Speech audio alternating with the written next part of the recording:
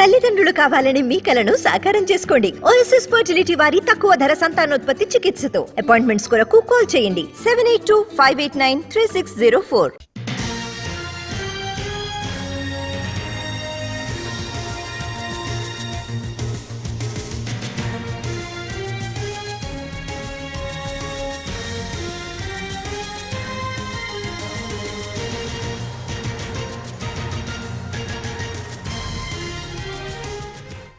TDP అధినేత చంద్రబాబు కేసులో ఇవాళ సుప్రీంకోర్టు తీర్పు వెల్లడించనుంది. అవినీతి నిరోధక చట్టంలోని సెక్షన్ 17A కింద గవర్నర్ నుంచి ముందస్తు అనుమతి తీసుకోకుండా తనపై నమోదు చేసిన స్కిల్ డెవలప్మెంట్ కేసును కొట్టేయాలంటూ చంద్రబాబు సుప్రీంలో పిటిషన్ దాఖలు చేశారు. జస్టిస్ అనిరుద్ధ బోస్, జస్టిస్ బేలా ఎం త్రివేదిలతో కూడినటువంటి ధర్మాసనం విచారించి గత ఏడాది అక్టోబర్ 17న తీర్పు వాయిదా వేసింది. స్పెషల్ లీవ్ పిటిషన్పై ఇవాళ తీర్పు వెల్లడించనుంది.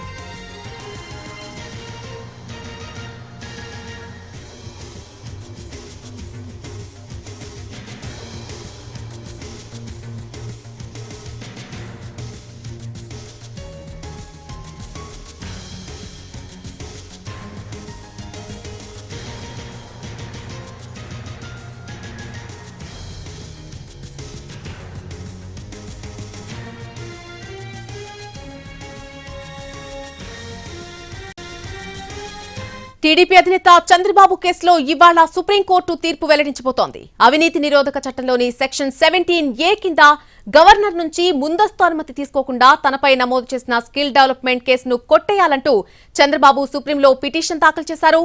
జస్టిస్ అనిరుద్ధ బోస్, జస్టిస్ బేలా ఎం త్రివేదిలతో కూడినటువంటి ధర్మాసనం విచారించి గత ఏడాది అక్టోబర్ 17న తీర్పు వాయిదా వేసింది. స్పెషల్ లీవ్ పిటిషన్పై ఇవాళ తీర్పు వెల్లడించబోతోంది. ఇదే అంశానికి సంబంధించి పూర్తి అప్డేట్ మా ప్రతినిధి శర్మ లైవ్ లో అందిస్తారు.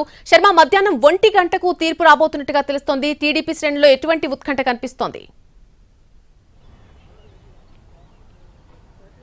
నళిని, 2 తెలుగు రాష్ట్రాల్లో చాలా తీవ్ర సంచలనం రేకెత్తించినటువంటి కేసు ఈ స్కిల్ డెవలప్మెంట్ కేసుకు సంబంధించి వాళ్ళ తీర్పు వెల్లడి కాబోతోంది. ఇందులో మొదటిగా నిందితుడిగా ఉన్నటువంటి చంద్రబాబు నాయుడుకు సంబంధించినటువంటి వ్యవహారం కాబట్టి, చాలా కీలకమైనటువంటి నేత కాబట్టి ఎన్నికల సమయంలో దీనికి సంబంధించినటువంటి తీర్పు వెల్లడవుతున్న నేపథ్యంలో దీనికి ప్రాధాన్యత సంతరించుకుంది. మరి 52 రోజుల పాటు ఆయన జైల్లో ఉన్నారు.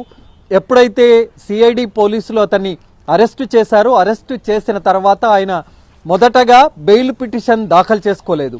ఈ క్వాష్ పిటిషన్ అన్నదే దాఖలు చేశారు. తనను అక్రమంగా ఈ కేసులో ఇరికించారన్నదే ఆయన మొదటి నుంచి ప్రధానంగా వాదన వినిపిస్తూ వచ్చారు. అటు ఏసీబీ కోర్టులో కావచ్చు, అటు లాయర్ల ద్వారా అదే వాదనలు వినిపించారు.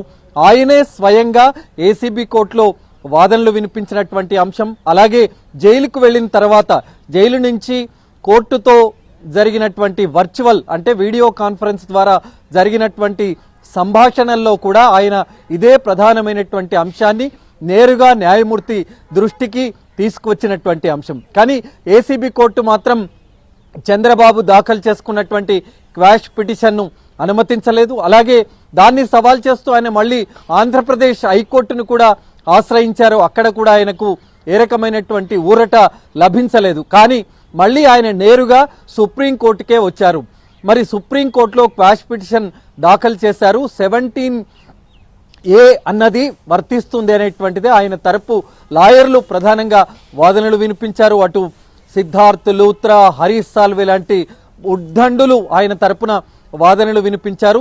2015-16లో దీనికి సంబంధించినటువంటి ఈ కేసుకు సంబంధించి నేరం జరిగింది. కానీ 17A అన్న సెక్షన్ ప్రివెన్షన్ ఆఫ్ కరప్షన్ యాక్ట్లో 2018లో సవరణ జరిగింది. అంటే ఏ ప్రజాప్రతినిధిని ఏ కేసుకు సంబంధించి విచారణ చేయాలన్నా, అలాగే అతన్ని అరెస్టు చేసేటువంటి సమయంలో 17A సెక్షన్ ప్రకారం ఖచ్చితంగా గవర్నర్ అనుమతి తీసుకోవాలి. అంటే మరి 2018లో ఈ సవరణ జరిగింది, కానీ 2021లో సిఐడి దీనికి సంబంధించినటువంటి కేసు నమోదు చేసింది. అంటే చంద్రబాబు తరపు లాయర్లు గాని వాదనలు వినిపించేటువంటి అంశం ఏంటంటే, ఈ చట్టం ఏదైతే 2018లో సవరణ జరిగిందో, అంటే 2018 నుంచి 17A అన్నది అమల్లోకి వస్తుంది. అంటే ఆ ఖచ్చితంగా ప్రజాప్రతినిధి విచారించేటువంటి సమయంలో కానీ అరెస్టు చేసేటువంటి సమయంలో కానీ గవర్నర్ అనుమతి తీసుకోవాలన్న నిబంధన ఉంది. కానీ ఇదే సిఐడి వాదన వినిపించినటువంటి సందర్భం 2015-16లో నేరం జరిగింది కాబట్టి అప్పుడు 17A అన్నదే లేదు కాబట్టి 17A వర్తించదు అనేటువంటి అంశాన్ని కూడా సిఐడి వాదనలు వినిపించింది. మరి ఈ రెండు వాదనలు విన్నటువంటి న్యాయస్థానం ఏ రకమైనటువంటి తీర్పు మరి కాసేపట్లో, ఎందుకంటే 1 గంటకే ఈ కేసుకు సంబంధించినటువంటి తీర్పును వెల్లడిస్తామని ఇప్పటికే సుప్రీంకోర్టు ధర్మాసనం చెప్పింది కాబట్టి మరి 1 గంట సమయంలో చంద్రబాబుకు సంబంధించినటువంటి ఈ కేసుకు సంబంధించినటువంటి తీర్పు ఏ విధంగా ఉంటుందనేటువంటిది చూడాల్సి ఉంది. రెండు రాష్ట్రాలు కూడా చాలా ఆసక్తిగా గమనిస్తూ ఉన్నాయి. ప్రస్తుతం నేను సుప్రీంకోర్టు దగ్గరే ఉన్నాను. మరి ఈ కేసుకు సంబంధించినటువంటి తీర్పును ఎప్పటికప్పుడు ఈ కేసుకు సంబంధించినటువంటి తీర్పు వెలువడుతున్నటువంటి సమయంలోనే దీనికి సంబంధించినటువంటి తీర్పు వివరాలన్నీ కూడా వెల్లడించేటువంటి ప్రయత్నం నేను చేస్తాను. Vote studio. Right Sharma, thank you for the updates.